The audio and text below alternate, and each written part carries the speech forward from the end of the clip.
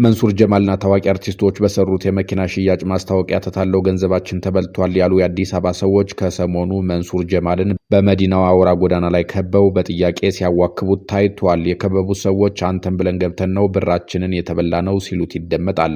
የናጠጠ ኑሮ እንደሚገፋ በአደባባይ የሚናገረው መንሱርም እኔ ምን ላድርጋችሁ ድርጅቱን ጠይቁ ይላቸዋል።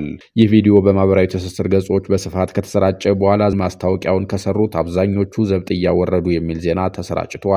የፌዴራል ፖሊስ ሀገሪቱን እያነጋገረ ባለውና የበርካታ ዜጎችን ሀብት ባወደመው የፊንቴክ ኢንቨስትመንት የኤሌክትሪክ መኪና ሽያጭ ማጭበርበር ወንጀል የተጠረጠሩ ታዋቂ አርቲስቶችንና የማህበራዊ ሚዲያ ተጽዕኖ ፈጣሪዎችን በቁጥጥር ስር አውሎ ምርመራ እያደረገ መሆኑ እየተነገረ ነው። በዚህ መሰረት አንጋፋው አርቲስትና የማስታወቂያ ባለሙያ ሰራዊት ፍቅሬ፣ አርቲስት ዳንኤል ተገኝ፣ አርቲስት ይገረም ደጀኔ፣ የማስታወቂያ ድርጅት ባለቤቱ አብርሃም ግዛው እንዲሁም በቲክቶክ እና በማህበራዊ ሚዲያ ሰፊ ተከታይ ያላቸው መንሱር ጀማልና ወንድም ካሊድ በቁጥጥር ስር ከዋሉት መካከል ይገኙበታል። ዘሀበሻ እንደዘገበው ከሆነ እነዚህ ግለሰቦች በዋስም ሆነ በነጻ ያልተለቀቁ ሲሆን ፖሊስ በጉዳዩ ላይ ጥብቅ ምርመራ እያካሄደ ይገኛል።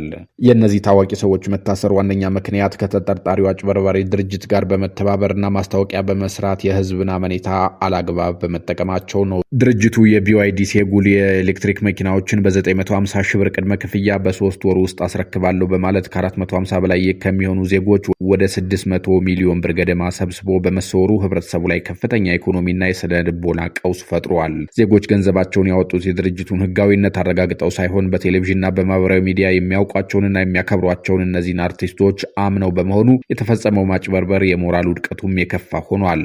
አሁን ላይ ጥሪታቸውን የተነጠቁትና ለወራት የተጉላሉ ደንበኞች ፍትህ ፍለጋና መፍትሄ በመሻት በመንግስት መስሪያ ቤቶች ደጃፍ ሰልፍ ወጥተው አቤቱታቸውን እያሰሙም ነው ተብሏል።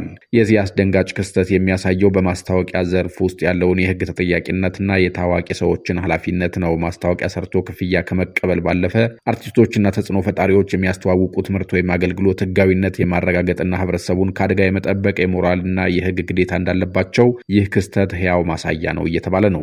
የፌዴራል ፖሊስ የጀመረው ይህ ምርመራ የህዝቡን ገንዘብ ለማስመለስ ከሚደረገው ጥረት ባሻገር ወደፊትም ማንኛውም ታዋቂ ሰው የህዝብን እምነት ሽጦ ለግል ጥቅሙ እንዳያውል የሚያስጠነቅቅና አርቲስቶች ማናቸውንም ማስታወቂያዎች ሲሰሩ ከፍተኛ ጥንቃቄ እንዲያደርጉ የሚያስገድድ ትልቅ የማንቂያ ደወል እንደሆነም እየተነገረ ይገኛል። በዚህ ብዙ ሰዎች በተጭበረበሩበትና ሀዘናቸውን እየገለጹ ባለበት የማስታወቂያ ስራ ስሙ ጎልቶ እየተነሳ ያለው ከሁሉም በላይ ሰራዊት ፍቅሬ ነው። በማስታወቂያ ስራዎቹ በእጅጉ ከብሬታ ያገኘው ሰራዊት ከወራት በፊትም ቲክቶከሩ አዶናይ ብርሃነ ስግጥ ፍምስ የተሰኘ የጉዞ እቅድ ሲያስተዋውቅ የክብር እንግዳ ሆኖ በመገኘቱ ብዙ ትችት አስተናግዷል። በጊዜው ሰራዊት ገንዘብ ካገኘ ምንም ይሰራል የትም ይገኛል እስከ መባል ደርሶ ነበር። ተወዳጅ ሚዲያና ኮሚኒኬሽን ደግሞ ሰራዊትን በእጅጉ እንደሚያደንቀው ገልጾ ታሪኩን የሚከተለውን አስመስሎ ሰንዶለት ተመልክተን ልናጋራችሁ ወደናል። ወደ 30 ዓመታት ግድማ በኪነ ጥበብ ውስጥ ያሳለፈው ተዋናይና የማስታወቂያ ባለሙያ ሰራዊት ፍቅሬ ትውልድና እድገቱ እዚሁ አዲስ አበባ በተለምዶ ካዛንጅስ እየተባለ በሚጠራው አካባቢ ነው። አርቲስት ሰራዊት ፍቅሬ መዘጋጃ ቤት የሂሳብ ሹም ከነበሩት አባቱ ከአቶ ፍቅሬ ምህርካና ከእናቱ ከወይዘሮ በለጥሻቸው ማመጫ በ1957 ዓ.ም መስከረም 17 ቀን ተወለደ። የመጀመሪያ ደረጃ ትምህርቱን በአስፋው ወሰን አንደኛና መለስተኛ ሁለተኛ ደረጃ ትምህርት ቤት ተከታትሏል። የሁለተኛ ደረጃ ትምህርቱን ደግሞ በምስራቅ አጠቃላይ ሁለተኛ ደረጃ ትምህርት ቤት ነው ያጠናቀቀው። የኪነ ጥበብ ዝንባሌው መታየት የጀመረው በትምህርት ቤት ቆይታው ነው። በተለይ በአማርኛ ክፍለ ጊዜ መምህራኑ መጽሐፍት ይተርኩ ነበር፣ ተማሪዎችም እንዲተርኩ ይደረግ ነበር። በተጨማሪም ጭውውቶች፣ ግጥሞችና መጣጥፎች ይቀርቡ ነበርና ሰራዊት ንቁ ተሳትፎ ነበረው። ከሰፈሩ ልጆች ጋር ያቋቋሙት ሀራምቤ ቡድን ላይም ኳስ ከመጫወት ባለፈ ሰራዊት ፍቅሬ ዘገባ ይሰራ ነበር። መጣጥፎችንም አዘጋጅቶ በማቅረብ ይታወቃል። በደርግ አገዛዝ ዘመን ወጣቶች ጦር ሜዳ በመዝመት የዜግነት ኃላፊነታቸውን የመወጣት ግዴታ ይጣልባቸው ነበር። ዘማቾች በወቅቱ የኢትዮጵያ የበኩር ልጆች እንዲሁም ብቁ ዜጎች እየተባሉ ይሞገሱ ይበረታቱም ነበር። ሰራዊትም ተራው ደርሶ 12ኛ ክፍል ካጠናቀቀ በኋላ በ1977 ዓ.ም ብሔራዊ ውትድርና ዘመተ።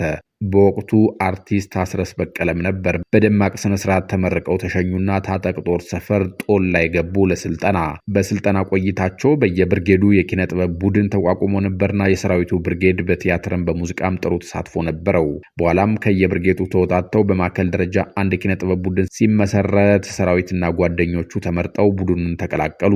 ቡድኑ ለግቢው ማህበረሰብ አጫጭር ጭውውቶች፣ መነባነብ፣ ሙዚቃና ሌሎች የኪነ ጥበብ ስራዎችን ያቀርብ ነበር። የ6 ወራት የውትድርና ስልጠናው ከተጠናቀቀ በኋላ ሁሉም ወደ ግንባር ሲዘምት ዋናው የኪነ ጥበብ ቡድን አባላት እዛው እንዲቆዩና በዘርፉ እንዲያገለግሉ ሲደረግ ሰራዊት ፍቅሬም የቲያትርና ስነ ጽሑፍ ክፍል ተጠሪ ሆኖ ማገልገል ጀመረ።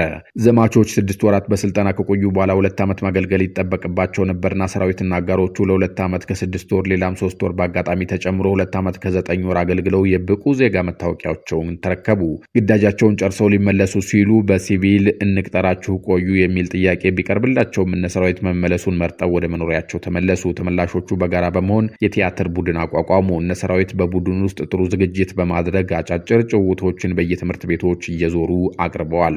የአፍለኛው የቲያትር ቡድን ምስረታ ወደ 1983 ዓ.ም ይወስደናል። ሰራዊት ፍቅሬ፣ ሰለሞን አለሙ፣ ድርብ ወርቅ ሰይፉ፣ አዜብ ወርቁና ፍሬህይወት መለሰ በጋራ በመሆን ነው ቡድኑን ያቋቋሙት። የቡድኑ አባላት የተለያዩ ቦታዎች በመዘዋወር ተወዳጅ ስራዎቻቸውን ሲያቀርቡ ቆይተዋል። ከቲያትር ቡድኑ ተሳትፎ ባሻገር ሰራዊት ፍቅሬ በለገዳዲ የሬዲዮ ጣቢያ የሬዲዮ ድራማ ይሰራ ነበር። በጣቢያው ተላለፍ የነበረ ከማስታወሻ ደብተራችን የተሰኘ ዝግጅትንም ያቀርብ ነበር። ቲተሮችንም ሲመጡ ይሰራ ነበር። በቲያትር ረገድ ከሙያ አጋሮቹ ጋር በመሆን ከዳንኪራው ጀርባ ፍራሽ ሜዳን፣ የከርቸሌው ዘፋኝና ሌሎች ስራዎችን ለመድረክ አብቅተዋል። ሰራዊት ፍቅሬ በሰፊው ከህዝብ ጋር የተዋወቀው በኢትዮጵያ ሬዲዮ የተላለፍ በነበረው ሸምጋይ ተከታታይ የሬዲዮ ድራማ ነው። ሰራዊት ፍቅሬ በድራማው በህዝብ ዘንድ እጅግ ተወዳጅ መሆን የቻሉትን አብይ ዘርጋውን ወክሎ ይጫወት ነበር። ድራማው በ5 ክፍል ሲጠናቀቅ በህዝቡ ብርቱ ጥያቄ ተራዝሞ እንደገና ለ1 ዓመት ከ6 ወር ገደማ እንዲካሄድ ተደርጓል። በሬዲዮ ተሳትፎ የኢትዮጵያ ቤተሰብ መምሪያና ሌሎች ማህበራዊ ስራ ላይ በተለይም ጤና ላይ ያተኮሩ ድርጅቶች ስፖንሰር የሚያደርጓቸውን በርካታ አስተማሪ ጭውውቶች ሰርቷል። አርቲስት ሰራዊት ፍቅሬ በፊልም ስራው ማሻራውን አሳርፏል። ዳግማዊት፣ ሰማያዊ ፈረስ፣ ሰካራሙ ፖስታ፣ ሂሮሽማ፣ ይፈለጋልና ወርቅ በወርቅ ስሙ የተጠራባቸው ፊልሞች ናቸው። በማስታወቂያ ኢንዱስትሪው መጀመሪያ በሰራዊትና ሙሉ ዓለም ፕሮሞሽን በኋላ በሰራዊት መልቲሚዲያ ሰው ልብ የገቡ በርካታ ማስታወቂያዎችን ሰርቷል። በዚህ ዘርፍም የራሱን መልክ ማሳረፍ ችሏል። አርቲስት ሰራዊት ፍቅሬ በስራው ካስመዘገበው ውጤት በተጨማሪ በእምነት ዘንድም ባደረገው አስተዋጽኦ እንደ እምነቱ ስርዓት ሽልማት ተበርክቶለታል። ለደብረ መንክራት አቡነ ተክለ ሃይማኖት ገዳም ባበረከተው አስተዋጽኦ የገዳሙ የበላይ ጠባቂና የወላይታ ሀገረ ስብከት ሊቀ ጳጳስ እንዲሁም የቅዱስ ሲኖዶስ አባሉ አቡነ ይስሐቅ በኩረ ጥበባት ብለው ሰይመውታል። የወላይታ ባህልን መሰረት ያደረጉ ሌሎች ሽልማቶችም ተበርክተውለታል። የአቢሲኒያ ሽልማትንም ከእጁ ያስገባ ነው። ሰራዊት ከባለቤቱ ሮማን አየለ ጋር ጋብቻ መስርቶ 2 ልጆችን ወልዷል። ዛሬ ሰራዊት ብዙዎች ከግማሽ ቢሊዮን ብር በላይ እንዲጭበረበሩ ተባባሪ ሆኗል ተብሎ በስር ላይ ይገኛል። በነገራችን ላይ ታዋቂ አርቲስቶች በማስታወቂያ ስራ፣ በቅጂ መብት፣ በቪዛና የመሳሰሉ ጉዳዮች ለስር ሲዳረጉ ማየት የተለመደ ነው። ከ14 ዓመት በፊት በ2006 ዓ.ም ታዋቂው የቴሌቪዥን ፕሮግራም አቅራቢ ሰይፉ ፈንታውን በዱባይ ለ1 ዕለት ታስሮ ነበር። ሰይፉና ጓደኛው ለ24 ሰዓታት የታሰሩት በተሳሳተ ቪዛ የሰው ሀገር ገብታቸዋል ተብለው ነበር አሉ።